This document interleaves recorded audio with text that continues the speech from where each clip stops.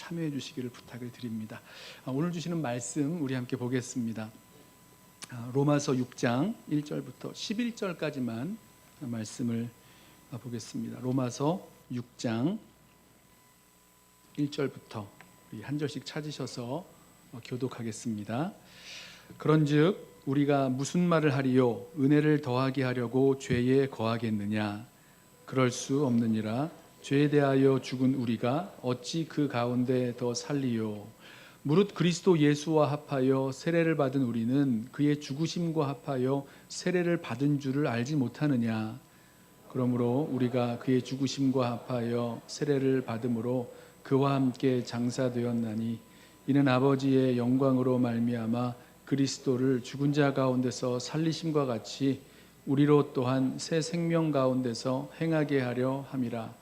만일 우리가 그의 죽으심과 같은 모양으로 연합한 자가 되었으면 또한 그의 부활과 같은 모양으로 연합한 자도 되리라.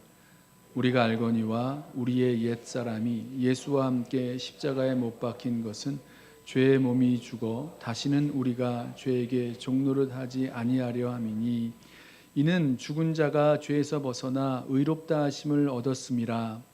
만일 우리가 그리스도와 함께 죽었으면 또한 그와 함께 살 줄을 믿노니 이는 그리스도께서 죽은 자 가운데서 살아나셨음에 다시 죽지 아니하시고 사망이 다시 그를 주장하지 못할 줄을 알미로다. 그가 죽으심은 죄에 대하여 단번에 죽으심이요 그가 살아계심은 하나님께 대하여 살아계심이니. 함께 읽습니다. 이와 같이 너희도 너희 자신을 죄에 대하여는 죽은 자요 그리스도 예수 안에서 하나님께 대하여는 살아있는 자로 여길지어다. 아멘. 우리 로마서 말씀을 통해서 이 복음이 무엇인지 또 믿음으로 말미암아 의롭다 함을 받은 그 성도들에게 어떠한 일이 일어나는지에 대해서 말씀을 나누었습니다. 자, 믿음으로 의롭다 하심 받은 성도들은요, 하나님의 그 심판대 앞에서 죄 없다 하시는 그런 무죄 판결을 받은 겁니다.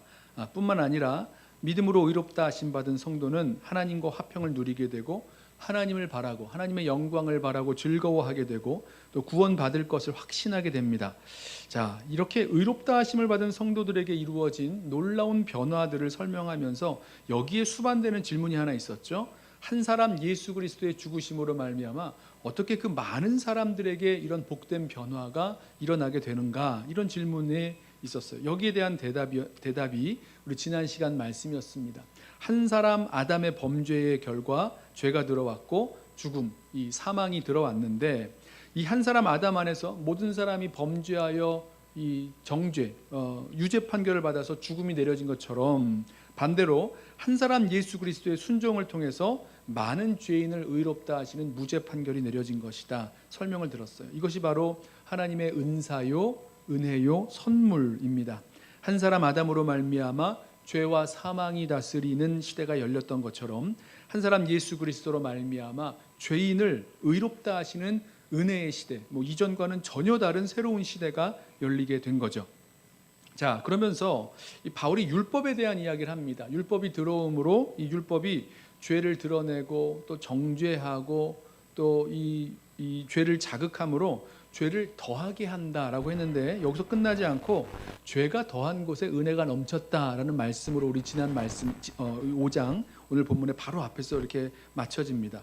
자, 죄가 더한 곳에 은혜가 넘쳤다. 맞죠? 죄가 더한 곳에 은혜가 임하였기에 복음입니다. 경건하지 않은 자를 의롭다 하시는 은혜, 불법의 사하심을 받아 죄가 가리어지는 은혜, 그래서 믿음으로 의롭다 하심을 받은 그 소식이 죄로 말미암아 죽을 수밖에 없는 그 죄인들에게 정말로 복된 소식, 복음이라는 겁니다. 하지만 이 죄가 더한 곳에 은혜가 넘쳤다는 바울의 말을 곡해해서 공격할 수도 있는 겁니다. 이렇게 되는 거죠. 인간이 죄를 지으면 거기에 하나님의 은혜가 넘친다? 그렇다면 죄를 지어도 상관없고 죄를 지으면 더 좋은 것 아니냐, 이런 말이죠. 자, 죄를 지었지만 하나님의 은혜로 용서받고 의롭다 하심을 받았으면 다시 죄를 범하고 또 범해서 계속 하나님의 은혜로 용서받으면 되는 것 아니냐라는 거죠. 자, 실제로 이런 논리를 가지고 이 은혜의 복음이 죄를 조장하는 그런 결과를 가져온다고 바울을 비판했던 사람들이 있었던 것으로 보입니다. 자, 바울이 이와 같은 복음에 대한 왜곡 또 이 반론을 염두에 두고 질문을 하나 던집니다. 1절 말씀입니다. 그런즉 우리가 무슨 말을 하리요? 은혜를 더하게 하려고 죄에 거하겠느냐? 자, 바울은요, 이 복음에 대한 자신의 그 스탠스를요 흔들리지 않습니다. 어떤 타협을 하지 않습니다. 죄로 말미암아 하나님의 진노 아래 있는 인간, 자기의 행위나 공로를 통해서 의롭다 하심을 받을 수 있는 것이 아니라 전적인 하나님의 은혜로 말미암아 또 예수 그리스도의 그 십자가를 믿는 믿음으로 말미암아 의롭다 하심을 받는 그 복음을 고수했습니다. 그러니까 이런 공격을 받는 거죠. 이런 단순한 사변으로, 그런 단순한 논리를 뒤집어서 죄에 거할수록 은혜가 많아진다라는 그런 단순한 사변으로 복음을 왜곡시키는 그런 공격을 받는 겁니다.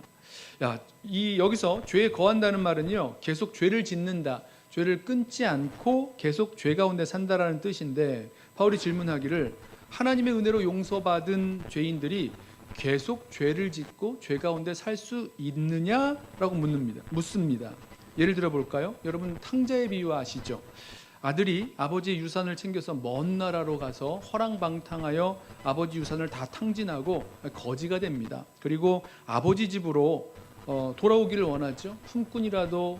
아버지 집에 품꾼이라도 되면 아버지 집에서는 배를 굶진 않을 테니까 내가 아버지 집으로 돌아가야 되겠다 하고 돌아왔는데, 보니까 아버지는 문 밖에서 아들을 기다리고 계셨어요. 아버지는 이 돌아온 아들, 죽었다가 살아난 아들, 잃었다가 찾은 아들이라고 하면서 이 탕자를 환영해 주시고 이 기뻐하면서 잔치를 열어 주셨습니다. 자, 이 아버지가 누구십니까? 죄인을 사랑으로 용납하시고 받으시는 우리 하나님을 생각하게 하는 그 모습이죠. 비유죠. 그런데 이 비유에서 이 탕자가 비유에 나오진 않지만 이렇게 생각할 수 있지 않을까요? 몇 달이 지나고 1년이 지나고 이 탕자가 생각해 보니까 예전에 그 허랑방탕하던 시간이 그리워지는 겁니다. 그때 재밌었잖아요. 즐겁게 막 멋지게 그렇게 살았지 않습니까? 그러니까 그 허랑방탕하던 시간을 그리워하면서 다시 한번 이 허랑방탕하게 아버지의 재산을 좀 가져다가 내가 쓰고 그렇게 살아도 되지 않을까라는 생각을 합니다. 왜죠? 아니 그렇게 살아봤자 다시 아버지는 나를 받아주실 거니까, 다시 나를 환영해 주실 거니까, 그래서 다시 아버지의 재산을 챙겨서 집을 나갈 생각을 하게 됩니다. 이제 그냥 그렇게 가정을 해보자는 거예요. 자, 그렇다면 이 돌아온 탕자가 지금 말씀드린 것처럼 다시 아버지 재산 챙겨가지고 허랑방탕한 생활을 할 수 있겠습니까? 없겠습니까? 이런 질문을 지금 하고 있는 거예요. 은혜를 더하려고 죄에 거하겠느냐? 이 질문이 바로 이러한 상황에 대한 질문입니다. 자, 이 질문에 대해서 바울이 뭐라고 대답합니까? 단호하게 대답하죠. 그럴 수 없다라고 대답합니다. 2절, 그럴 수 없느니라. 죄에 대하여 죽은 우리가 어찌 그 가운데 더 살리요. 은혜를 더하게 하려고 죄에 거한다, 아니면 죄에 거해도 상관없다, 논리상으로는 가능해요. 그리고 그런 일이 벌어질 가능성도 없지 않습니다. 하지만 바울은요, 어떻게 그럴 수 있느냐라고 반문하고 있는 겁니다. 우리는 이 2절 말씀을요, 바울의 그 반문인데요, 성도가 다시 죄를 지을 수 없다는 말로 이해하면 혼란이 생깁니다. 우리가 이 죄의 그 유혹을 받아서 흔들리고 넘어질 때마다 이상하다, 로마서에서 말씀하기를 죄 가운데 살 수 있겠느냐? 그럴 수 없느니라 라고 분명히 대답했는데 나는 왜 이러는 거지? 하면서 자신의 믿음과 그 구원에 대해서 막 혼돈이 생기기 시작하는 거죠. 근데 지금 바울이 말하려는 것은요, 하나님의 은혜로 의롭다 하심을 받은 사람들이 계속 죄를 지으며 사는 것이 얼마나 부당하냐, 얼마나 모순되는 것이냐라고 말하려는 거지, 죄 가운데 사는 것은 불가능하다, 이런 것을 말하려는 것은 아닙니다. 자, 은혜로 구원받은 성도가 계속 죄에 머무른다는 것이 왜 부당합니까? 왜 모순이 됩니까? 왜 말이 안 되는 겁니까? 왜 그럴 수 없다라고 단언합니까? 그 이유가 있죠. 그리스도를 믿어 의롭다 하심을 받은 성도는 이미 죄에 대하여 죽었기 때문이다 라고 말씀합니다. 오늘 말씀 보면 죄에 대하여 죽은 우리라는 말씀을 하죠. 죄에 대하여 죽은 우리가 어찌 그 가운데 더 살리요. 자, 여기서 우리가 죄에 죽었다라고 했을 때요, 과거 시제를 사용하고 있습니다. 우리는 이미 죄에 대해서 죽었다, 과거 시제예요. 그런데 어떻게 죄 가운데서 더 살 수 있겠느냐? 미래 시제로 물어보는 겁니다. 그렇죠. 죄에 대해서 죽었으면, 과거 시제로 죽었으면, 이미 일어났으면, 죽었으면 그 죄 가운데 살아갈 수는 없는 겁니다. 바울은 우리가 이미 죄에 죽었다는 사실을요, 더 이상 죄 가운데 살 수 없다는 그 근거로 삼습니다. 이 말씀을 잘 들으셔야 돼요. 죄에 대해서 죽어야 한다라는 어떤 당위를 말하라는 것도 아니고요. 우리가 죄에 대해서 죽어야 하니까 날마다 죽어야 한다, 날마다 죽는 훈련을 해야 된다, 뭐 이렇게 말하려는 것도 아닙니다. 지금 바울이 말하려는 것은 우리가 죄에 대해서 이미 죽었다라는 그 과거 시제로 말씀하고 있는 겁니다. 죄에 대하여 죽은 것은 이미 일어난 사건, 이미 과거에 일어난 단 한 번의 사건으로 말씀하고 있습니다. 그러니까 그렇다면 어떻게 죄 가운데 더 살겠느냐라고 묻는 겁니다. 돌아온 탕자가 아버지의 그 은혜와 사랑을 알고서 어떻게 다시 아버지 재산 챙겨서 아버지를 떠나 허랑방탕하게 살 수 있겠느냐라고 묻는 겁니다. 이젠 과거와는 다른 삶을 살게 된 거잖아요. 어떻게 다시 과거와 같은 그런 너저분한 삶으로 돌아가겠느냐라는 거죠. 과거로 돌아갈 수 없는, 과거를 뒤로 하해버리는 아주 결정적인 사건이 이미 일어났다는 겁니다. 그것이 바로 죄에 대하여 죽었다는 것의 뜻입니다. 과거의 나로 돌아가지 않을 수 있는 결정적인 사건이 예수 안에서, 예수 그리스도의 십자가 안에서 저와 여러분들 가운데 일어났다는 거죠. 예수께서 나를 대신하여 십자가에 죽으심으로 죄 용서를 받은 자는 죄에 대하여 죽은 자라는 것입니다. 어떻게 다시 죄 가운데 살아갈 수 있느냐라고 묻는 거죠. 반문하는 거죠. 그럴 수 없느니라. 자, 그럼에도 불구하고 이 말씀을 들으면서 우리 마음에 떠나지 않은 질문이 있어요. 아니, 죄에 대해서 죽었다고? 아니, 언제 우리가 죄에 대해서 죽었다는 거야? 어떻게 죄에 대해서 죽었다는 거야? 사실 이 죄의 유혹에 흔들리고 또 넘어지고 죄 가운데 빠져본 경험이 있는 성도라면 우리가 죄에 대해서 죽었다고 느끼는 그 느낌이 오지 않습니다. 느껴지지 않을 때가 더 많아요. 우리가요, 죄에 대해서 죽었다는 것은요, 이 오늘 말씀에 나온 것처럼 말씀으로 확인해야지 우리의 느낌으로 확인해서는 안 됩니다. 느낌 가지고는 확인할 수가 없어요. 말씀으로 확인해야 되는데요. 말씀을 준비하다가 이런 예화를 읽었어요. 1945년 8월 15일 우리 대한민국이 해방된 날이죠. 그런데 8월 15일 당일에는요, 굉장히 조용했답니다. 누구도 나와서 8월 15일 당일에 막 대한독립 만세를 외친 게 아니랍니다. 몰라서 그런 게 아니라 우리가 해방되었다는 소식을 들었는데 실감이 나지 않은 거예요. 그러니까 그 다음 날이 돼서야 사람들이 길가로 나와서 대한독립 만세, 조선독립 만세 부르면서 나왔다 그럽니다. 일본 총독이 미군 사령관에게 정식으로 항복할 때까지 9월 달이었는데요. 9월 달이 지나도록 이 조선 총독으로 여전히 남아 있었고, 그러니까 사람들 느낌에는 일제가 패망했다고 하는데 패망한 것 같기도 하고 아닌 것 같기도 하고 막 이랬다는 거죠. 여러분, 느낌이라는 게 그래요.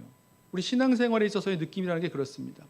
많은 그리스도인들이 저와 여러분이 우리가 죄에 대해서 죽었다라는 이 말씀을 듣고도 이게 느낌이 없으니까, 느낌이 안 오니까 이게 진짠가?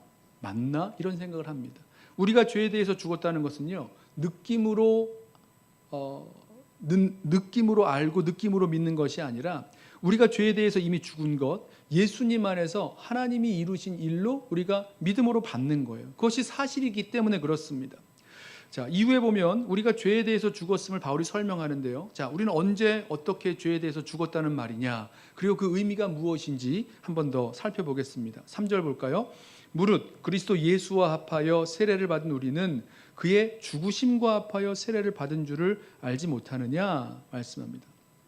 먼저 바울이 우리가 예수를 믿음으로 세례를 받을 때 그 세례가 이 예수님과 연합되는 것임을 알려줍니다. 이 세례에는 여러 의미가 담겨 있죠. 죄를 씻어주는, 그래서 세례라고 하죠. 그런 의미도 있고, 예수 안에서 죽고 또 새롭게 태어난다는 그런 의미도 담겨 있고, 성령을 부어주신다라는 그런 의미도 있고, 여러 가지 의미가 있는데, 이런 모든 의미를 갖게 하는 근본적인 이유가 이 세례가 그리스도와 우리의 그 연합, 성도와 그리스도의 그 연합을 의미하고 있기 때문입니다. 연합이 없으면 예수 그리스도의 십자가 안에서 죽는 것이 왜 우리에게 적용이 되는지 설명할 수가 없어요. 그리스도와 연합됐기 때문에 그렇다는 거죠.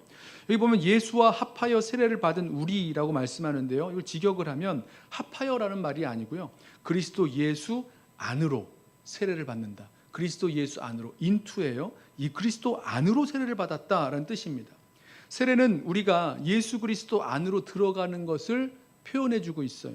우리가 예수 그리스도에게 인도되어 예수 그리스도 안으로, 그러니까 예수 그리스도라는 그분에게로 들어가고 그 안에 거하게 되고 인격적인 그런 관계를 가지게 되는 그런 것을 보여주는 것이 세례입니다. 그래서 저와 여러분, 우리는, 성도는 그리스도와 연합하는 세례를 받았다라는 것입니다. 자, 그리스도와 연합하여 세례 받은 것, 이것은요 이제 연결되는데요, 그리스도의 죽으심과 합하여 그리고 그 부활과 합하여 세례 받은 것임을 말씀합니다. 4절부터 볼까요?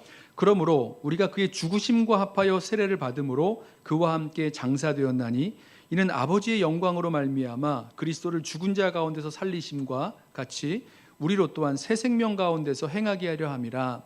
만일 우리가 그의 죽으심과 같은 모양으로 연합한 자가 되었으면 또한 그의 부활과 같은 모양으로 연합한 자도 되리라. 자, 죽으심과 합하여 세례를 받았다 말씀하죠. 부활과 같은 모양으로 연합한 자가 되었다 말씀하는 거죠.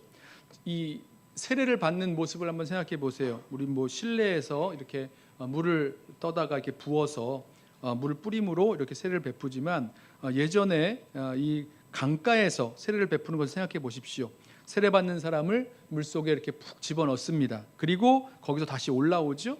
물속에서 죽었다가 다시 살아난다는 의미예요. 세례가 그리스도의 죽으심, 장사 지낸 바 되었다가 다시 새 생명으로 이렇게 부활하시게 되었다는 것을 보여주는 겁니다. 극적으로 표현하는 거죠.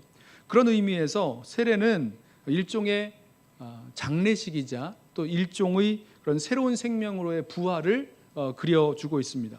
그런데 우리가 예수 그리스도와 연합해서 무엇이 이루어졌는가? 그리스도의 죽으심과 합하여 함께 세례를 받았고, 죽었다는 거예요. 그리스도와 함께 죽었고, 그리고 그리스도와 함께 살아나게 되었다라는 것을 말씀합니다. 자, 여기 조금 더 구체적인 영역을 설명하죠. 그게 바로 죄에 대해서 죽었다는 겁니다. 6절부터 볼까요? 우리가 알거니와 우리의 옛사람이 예수와 함께 십자가에 못 박힌 것은 죄의 몸이 죽어 다시는 우리가 죄에게 종노릇하지 아니하려 함이니 이는 죽은 자가 죄에서 벗어나 의롭다 하심을 얻었음이라. 보세요. 그리스도와 연합하여 함께 십자가에 못 박혀 죽은 것은 우리가 죄에게 종노릇하지 않게 하려 함이라 말씀합니다. 죄에서 벗어나 의롭다 하심을 얻게 하는 그런 죽음이었어요. 세례, 연합이죠. 그리스도의 죽으심과 부활하심에 연합되는 거고요. 또 그 죽으심은, 그리스도의 죽으심에 연합되었다는 것은 바로 죄에 대하여 죽었다, 이것을 설명하고 있습니다. 여러분, 이 죽음이라는 것은요 굉장한 파괴 능력을 가지고 있습니다. 일단 죽음이 오면 법적인 관계나 이런 것들이 다 끊어집니다. 예를 들어서 어떤 빚쟁이가 있어요. 그런데 이 빚을 이제 빌려준 사람이 있습니다. 하지만 이 채무자가 죽어버리면요, 그 사람에게 더 이상 어떻게 돈을 받을 수가 없어요. 또 법관도 죽은 사람에게 어떤 형을 선고할 수가 없습니다. 죽은 자는 완전히 자유하게 되는 거예요. 죽음은요 어떤 의미에서 모든 책임에서 우리를 자유롭게 합니다. 벗어나게 합니다. 지배에서 벗어나게 하고요, 자유하게 하고요. 죽음 앞에서는 이 세상이 가지고 있는 모든 힘과 권세가 다 무력해지고 맙니다. 마찬가지로 우리가 그리스도와 연합하여 십자가에 못 박혀 죽을 때에 우리는 그 죄로부터 완전한 단절, 죄가 어떤 그 힘을 발휘할 수 있는 그 길이 없는 거예요. 왜죠? 십자가에서 죽었기 때문에 라고 말씀하는 겁니다. 더 이상 죄의 지배를 받지 않게 된다는 것입니다. 자, 여기서 아까 드렸던 질문이 생각나시는 분들이 있을 거예요. 그럼 아까는 죄를 질 그런 가능성은 있다고 말했던 것 같은데, 그러면 다시 죄에 대해서 죽었다는 의미가 그리스도가 그리스도와 함께 죽었으므로 더 이상 죄를 질 가능성이 없어졌다는 그런 뜻 아닌가? 이런 질문을 다시 던질 분이 있는데요. 자, 우리는요 이 죄에 대해서 죽었다라는 그 의미를요 바로 그리스도가 죄에 대해서 죽으신 것에서 그 의미를 더욱더 구체적으로 찾아야 합니다. 8절부터 볼까요? 만일 우리가 그리스도와 함께 죽었으면 또한 그와 함께 살 줄을 믿노니 이는 그리스도께서 죽은 자 가운데서 살아나셨음에 다시 죽지 아니하시고 사망이 다시 그를 주장하지 못할 줄을 알미로다. 그가 죽으심은 죄에 대하여 단번에 죽으심이요 그가 살아계심은 하나님께 대하여 살아계심이니. 자, 우리는 그리스도와 연합하여서 그리스도의 그 죽음이 주시는 그런 유익을 우리가 누리게 되었습니다. 그리스도께서 대속물로서 우리 대신 죽으사 우리가 그 죄 때문에 죽어야 할 필요가 없게 되는 거죠. 자, 그분이 우리의 대표자로서 우리를 위해 죽으사 우리가 그분 안에서 그분을 통해서 그 죽음을 통과하게 됐다는 겁니다. 고린도후서 5장 14절에서 말씀하는 것처럼 한 사람이 모든 사람을 대신하여 죽었은즉 모든 사람이 예수님 안에서 그 안에서 죽은 것이라는 거죠. 자, 하지만 성경은요, 우리의 그 그리스도 안에서의 그 죽음이 우리의 옛 본성, 옛 그 성품과 기질까지 다 뭐 죽어버렸다, 없어졌다 이렇게 말씀하지 않고요. 거듭난 성도라고 할지라도 여전히 그 안에서 활동하고 있는 죄의 역사 그리고 죄에 대한 그런 반응들이 남아 있다라고 말씀합니다. 실제로 오늘 본문에 나오는 이어지는 그 본문에 보면 12절과 13절 말씀을 한번 보세요. 그러므로 너희는 죄가 너희 죽을 몸을 지배하지 못하게 하여 몸의 사욕에 순종하지 말고 또한 너희 지체를 불의의 무기로 죄에게 내주지 말고. 무슨 말입니까? 만약에 우리가 죄에 대해서 완전히 뭐 죽어서 더 이상 죄에 대해서 반응하지 않는 어떤 유혹도 없고 반응도 없고 그렇게 되었다면요, 이런 말씀은 정말 불필요한 말씀이 되는 거죠. 로마서 다른 말씀을 보아서도 마찬가지입니다. 바울이요 8장을 보면요 우리에게 육신적인 것에 마음을 두지 말아라 이렇게 권면하고요. 13장에서는 정욕을 만족시키기 위해서 육신의 일을 도모하지 말라라고 말씀합니다. 왜 그렇습니까? 우리가 죄에 대해서 죽었다는 말이 죄에 대해서 아무런 욕망도 갖지 아니하고 아무런 반응도 없는 마치 시체처럼 그렇게 되었다는 뜻이었다면 이런 권면을 할 필요가 없는 거죠. 드리려는 말씀은 이겁니다. 예수 그리스도께서 죄에 대해서 죽으셨다라는 그런 의미에서 우리도 그리스도와 함께 죄에 대하여 죽었다 이렇게 해석을 하셔야 된다는 거예요. 자, 그리스도께서 죄에 대하여 죽으신 것, 그건 무엇을 말씀하는 겁니까? 죄의 정죄, 죄의 사망, 죄의 결과인, 죄의 형벌인 그 사망을 대신 짊어지셨다는 거예요. 아무런 죄 없으신 그리스도께서 십자가에서 죽으심으로 죄가 요구하는 모든 것들을 다 감당하셨어요. 죄의 형벌, 죄의 대가, 죄의 진노 이런 것들을 다 지불하신 거죠. 그러므로 죄는요 더 이상 예수님께 무엇을 주장하거나 예수님께 이렇게 요구할 수 없게 되었다는 겁니다. 그리스도께서 죄에 대하여 죽은 의미가 그것이라면 저와 여러분이 그리스도 안에서 그리스도와 함께 그리스도와 연합하여 죄에 대하여 죽었다는 것도 같은 의미에서 해석이 되어진다는 거죠. 무엇입니까?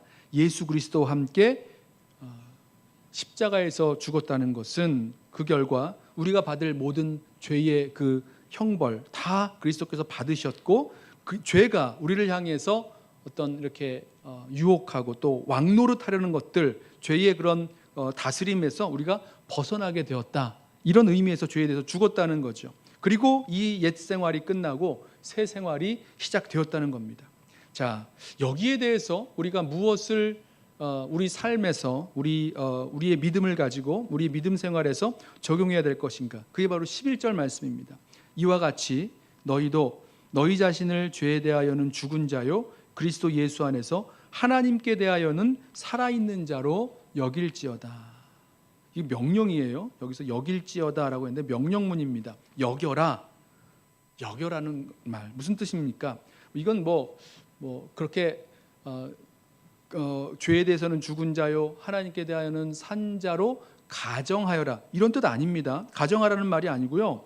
어떤 의미에서는 믿으라는 말보다도 더 강한 말 같아요. 무슨 말이냐면 받아들이라는 겁니다.